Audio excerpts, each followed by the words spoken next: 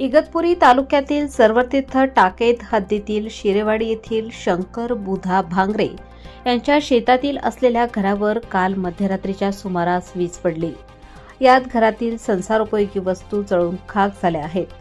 सुदैवाने वीज पडली तेव्हा या घरातील कुटुंब बाजूच्या झापात झोपले होते, त्यामुळे सर्वांचे प्राण वाचले। दरम्यान सामाजिक कार्यकर्ते रतन बांबळे यांनी तात्काळ या कुटुंबाची भेट घेत 5,000 रुपयांची मदत केली असून शासनाने तात्काळ पंचनामे करून नुकसान भरपाई देण्याची मागणी सामाजिक कार्यकर्ते रतन नाना बांबळे यांनी केली आहे।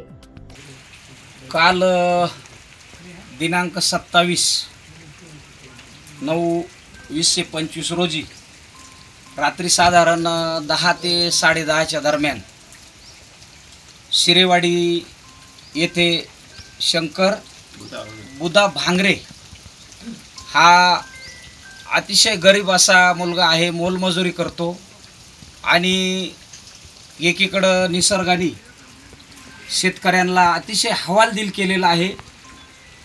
रात्री वीज पडून या ठिकाणी या तरुणाचं भरपूर असं नुकसान झालेलं आहे। त्याचे भांडे, धान्य, कपडे, काही छोटीशी आपली एक पुंजी होती, त्याची थोडेसे पैसे त्यांनी जमा केलेले होते मुलांच्या शिक्षणासाठी, तर ते सुद्धा या ठिकाणी जळून खाक झालंय।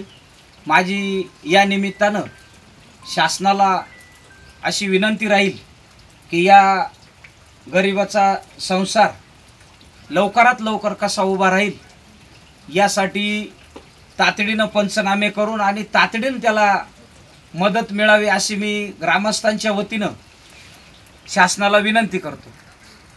लोकमान्य न्यूजसाठी संचालक लक्ष्मीकांत शिंदेंसह शांताराम भांगे, इगतपुरी।